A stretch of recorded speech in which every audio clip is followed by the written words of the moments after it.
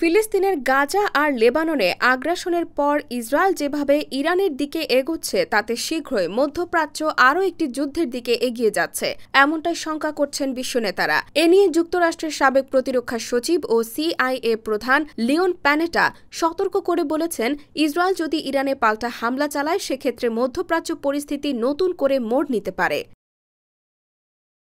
তিনি বলেন, ইসরায়েলের সামরিক অভিযানের ভবিষ্যৎ পদক্ষেপগুলোই নির্ধারণ করবে এই সংঘাত একটি পূর্ণমাত্রা যুদ্ধের রূপ নেবে কিনা। সংবাদ মাধ্যম MSNBC রিপোর্টসে দেওয়া এক সাক্ষাৎকারে তিনি কথা বলেন। এদিকে মঙ্গলবার রাতে ইসরায়েলের প্রায় 200টি ব্যালিস্টিক ক্ষেপণাস্ত্র হামলা চালায় ইরান। এতে মধ্যপ্রাচ্য পরিস্থিতিতে উত্তেজনা বেড়েছে। এই হামলার জবাবে পাল্টা হামলার হুমকিও দেয় ইসরায়েল। তেল আবিবের সংশ্লিষ্ট কর্মকর্তারা জানান, কয়েকদিনের মধ্যে ইরানে প্রতিশোধমূলক হামলা চালাবে ইসরায়েল। একই সুরে মার্কিন প্রশাসনও জানায়, ইরানকে এই হামলার জন্য চরম মূল্য দিতে হবে।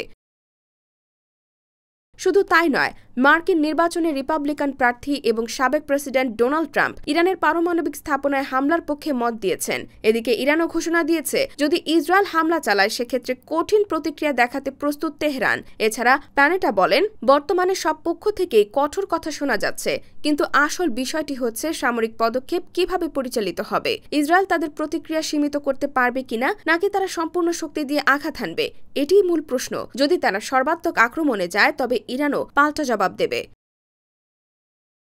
তার দাবি, গত 70 বছরে ইসরায়েল সামরিকভাবে কখনোই তাদের সব লক্ষ্য অর্জন করতে পারেনি, আর এখন সামরিকভাবে জয়ী হতে চাচ্ছে বেনিয়ামিন নেতানিয়াহু। এতে মধ্যপ্রাচ্যে সংঘাত দীর্ঘস্থায়ী হবে বলে আশঙ্কা তার। IBTV USA, new York.